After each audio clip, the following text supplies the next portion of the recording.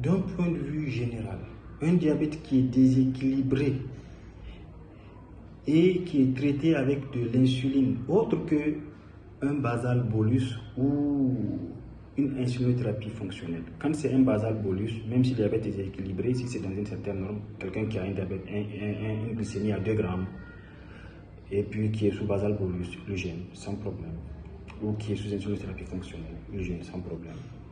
Ok, mais quand c'est déséquilibré et que c'est sous mixtar, par exemple, insuline mixée, lui ne peut pas jeûner. Il faut que le diabète soit équilibré d'abord. Le déséquilibre contre-indique le jeûne automatiquement. Il n'y a rien à faire.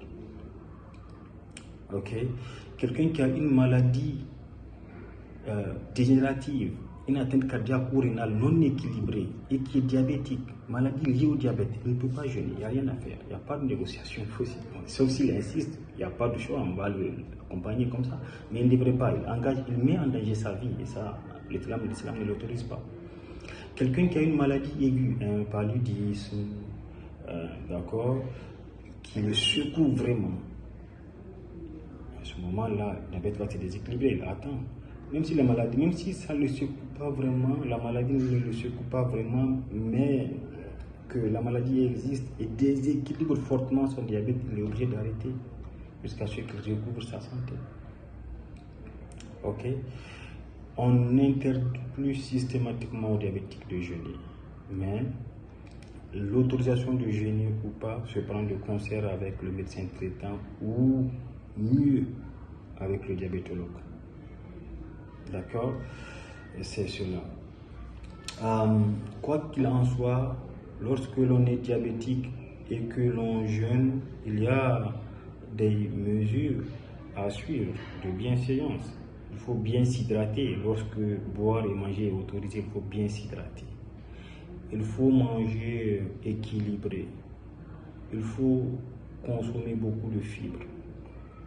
Il faut éviter absolument tout ce qui est sucré sur la langue, les sucres rapides, les confiseries, les sucres raffinés, les pâtisseries, les viennoiseries. Il faut les éviter. Il faut les éviter absolument.